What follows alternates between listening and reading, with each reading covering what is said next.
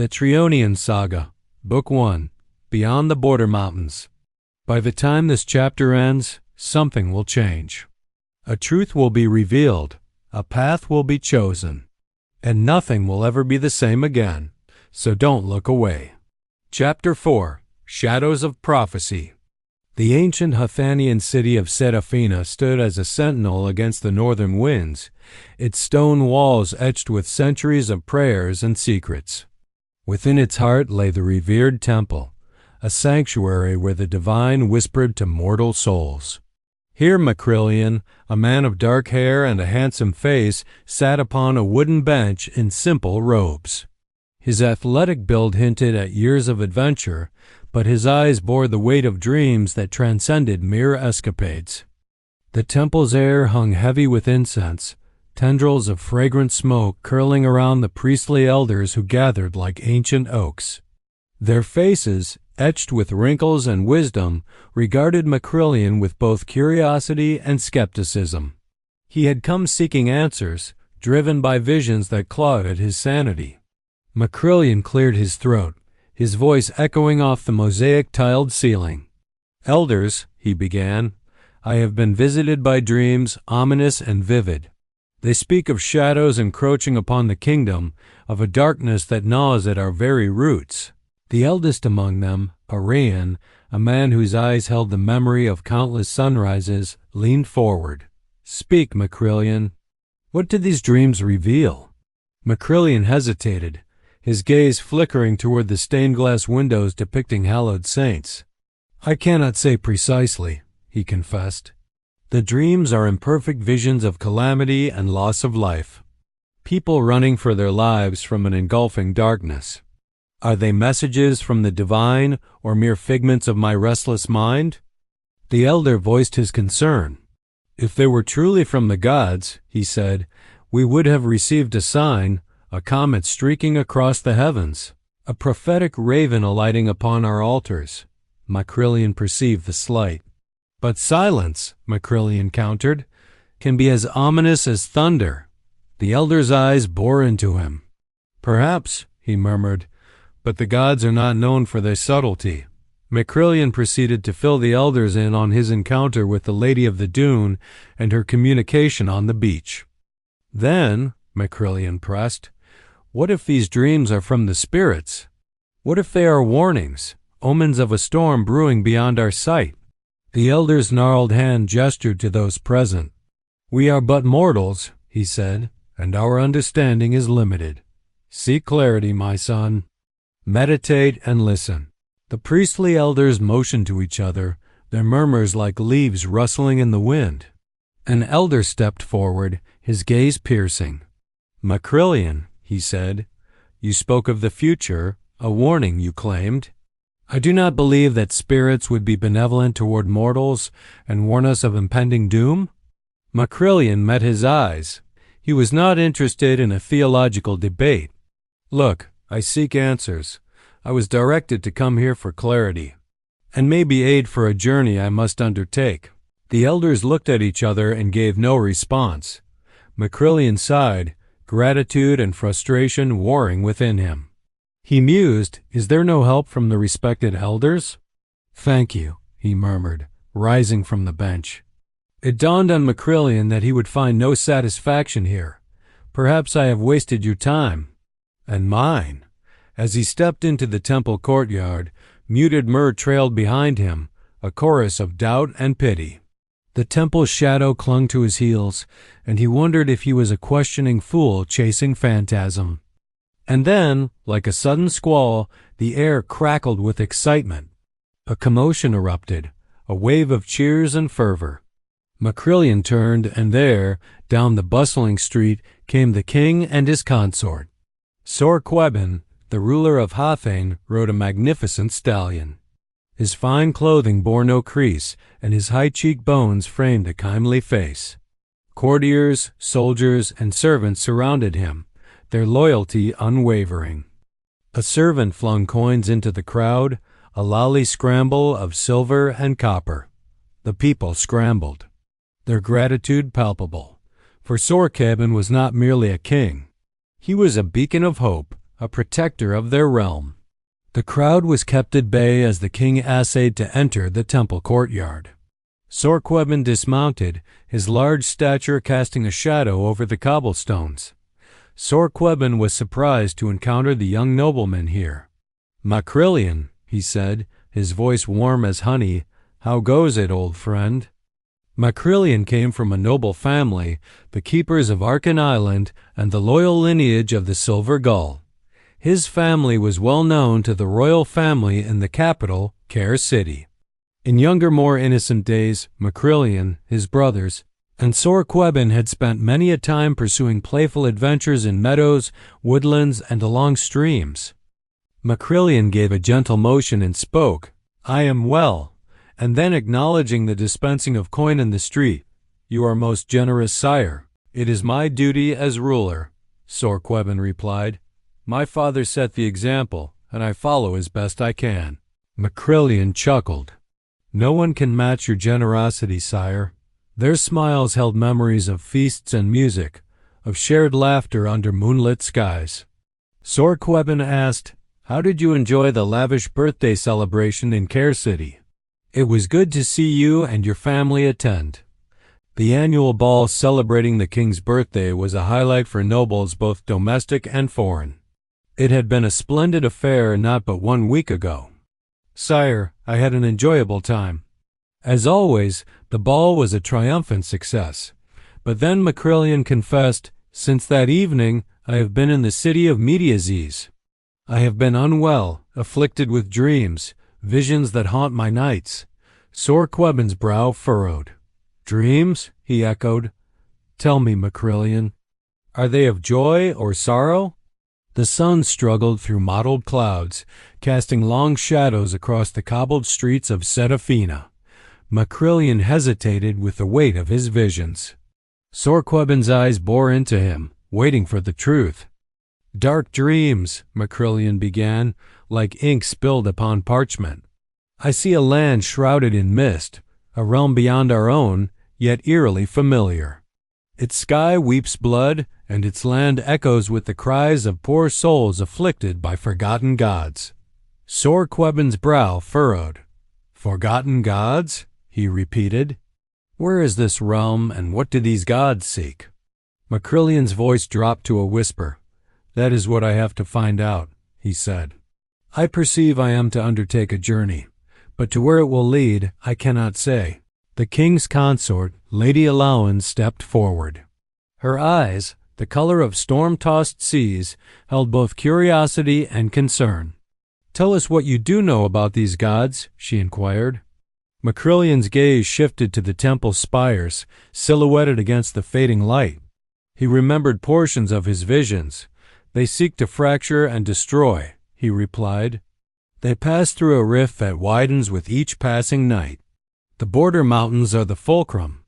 Should they breach the fabric between dimensions, calamity will spill forth to all kingdoms." An elder by the name of Thaler emerged from the temple door and joined the conversation. His robes were embroidered with symbols of traditional deities. He leaned on his staff. "Calamity," he mused, "distrust. Not the clash of armies, but a subtler strife among citizens. Whispers, poison, and alliances forged in treachery." Sorquebin's grip tightened on the hilt of his dagger. "And who are the players?" he asked. "Us mortals," Elder Thaler answered. "All pawns in a cosmic game. The spirits watch, and their stakes are higher than thrones or temples." Lady Allowin's fingers brushed her pendant, a moonstone carved with ancient runes. "Can we alter this fate?" she wondered. Macrillion answered. "I do not know," he admitted. "But the dreams persist. They lead me to the crystal oracle. There, I seek answers." Elder Thaler's eyes gleamed. "The crystal oracle," he murmured. "I have heard that is a place where the veil between worlds is thin. It is a place not to be ventured to lightly." Macrillion nodded. "Well, it seems that the spirits have chosen me to journey to the place. I seek the next step in the journey." Outside, the city streets pulsed with life, the clamor of merchants haggling. children chasing stray cats and beggars pleading for alms. The affairs of mortals carried on, oblivious to the cosmic dance unfolding within the temple's hallowed courtyard. Sor Queben stepped closer. "Macrillion," he said, "you are my friend, my brother in arms. If these visions hold truth, we face a choice: defy a cruel fate or embrace it." Macrillion met the king's gaze. "For whatever reason, the spirits have chosen me to journey to the crystal oracle. I will, even though it be reluctantly," he said, "for these visions must hold some weight, and so—" Macrillion resigned himself to unravel the threads of prophecy, to confront forgotten gods and challenge the looming darkness. Setafina held its breath, unaware that its fate rested upon the shoulders of a priest with little faith and haunted by dreams. Outside, the bustling street continued its affairs, people bidding farewells, the laughter of children, the merchants closing their stalls. But within the temple courtyard, a different drama unfolded, one of gods and men, of journeys and shadows. The sun dipped lower, casting a warm glow upon the cobbled streets of Setafina. Sor Queben watched Macrillion. "Macrillion," he advised, "remember this, even in the darkest of dreams, there lies a glimmer of light. Trust your visions, my friend." Macrillion nodded, gratitude etching lines on his face. "Thank you, sire," he said. "May the spirits of our ancestors guide us both." "Macrillion," Sor added, "if you have no lodgings for the night, you are welcome to accompany me and my escorts to my lodgings at the royal mansion." Macrillion accepted the kind offer of hospitality, and both riding upon fine steeds, they made off toward the royal mansion for the evening. As the sun dipped, casting long shadows, Macrillion's heart echoed with the weight of prophecy, for he carried not only his own destiny, but that of a kingdom threatened with oblivion. Destiny unfurled its tapestry, and the spirits watched, silent, elusive, and waiting for the threads of fate to weave their story. Later that evening, as the stars began to twinkle in the darkened sky, Macrillion found himself summoned to a private audience with Lady Alawen. The mansion's corridors were quiet, save for the soft rustle of the servants' footsteps and the occasional murmur of the guards. The flickering torchlight cast dancing shadows on the stone walls, creating an air of mystery and anticipation. Macrillion entered Lady Alawen's chambers, where she awaited him by a large window overlooking the moonlit gardens. Her elegant figure was silhouetted against the soft glow of the night, her presence both serene and commanding. "Macrillion," she greeted, her voice gentle yet firm. "Thank you for coming." Macrillion bowed respectfully. "Lady Alawen, it is an honor. How may I be of service?" She motioned for him to sit in a plush chair near a small table adorned with delicate teacups and a pot steaming with a fragrant blend. "Please, sit. We have much to discuss." He took his seat, curious about the urgency of this meeting. A maid poured tea for them both, the rich aroma filling the room. "This afternoon I became aware of your quest and the visions that plague you," she began, her eyes filled with a mixture of concern and determination. "The journey ahead of you is fraught with danger, and the fate of our world may very well depend on its success." Macrillion nodded, taking a sip of the tea, which calmed his nerves slightly. "I still have a lot of questions about the whole matter, my lady. I must admit, the path is unclear and the burden heavy." Lady Alawen's gaze softened. "You need not face it alone.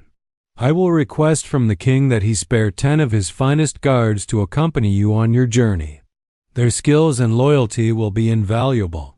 Macrillion felt a surge of gratitude. "Your generosity is beyond measure, Lady Alawen. Such support will indeed bolster our chances of success." She smiled warmly. "It is the least I can do, but there is more. There is a source of wisdom that may provide further guidance on your quest.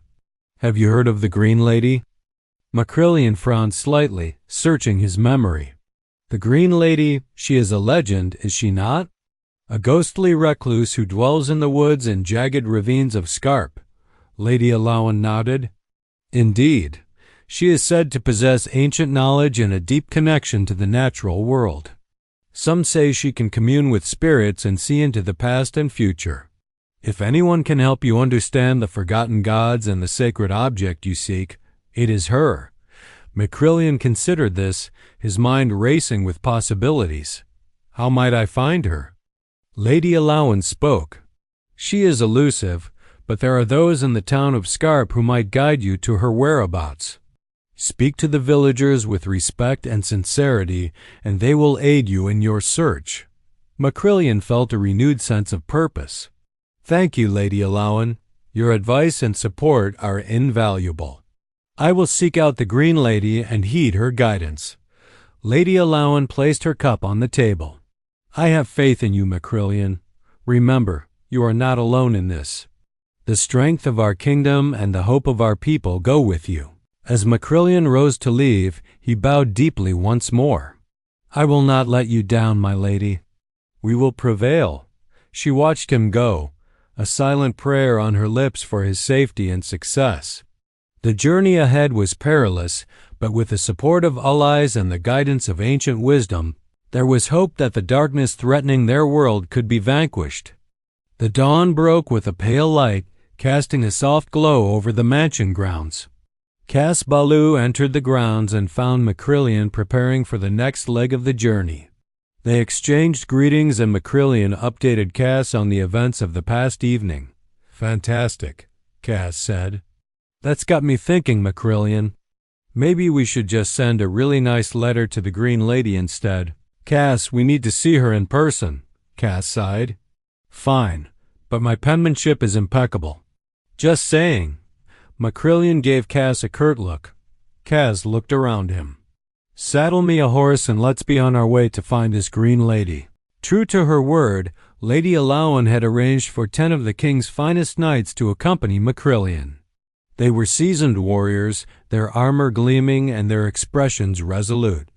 As they mounted their horses and prepared to set off, Lady Allowan appeared once more, a silent figure on the steps of the mansion. She raised a hand in farewell, her eyes filled with hope. Macrillion inclined his head in a final gesture of gratitude before riding with the company out of the estate's gates. The journey south to Scarp and the search for the Green Lady lay ahead, each step bringing them closer to the answers they sought and maybe the saving of their world. Hi, every detail matters. Every chapter holds a clue. If you're paying attention, like this video. To uncover the full lore, subscribe. If you love deep fantasy, share it with fiction lovers. Then continue. Description links and the next chapter await you.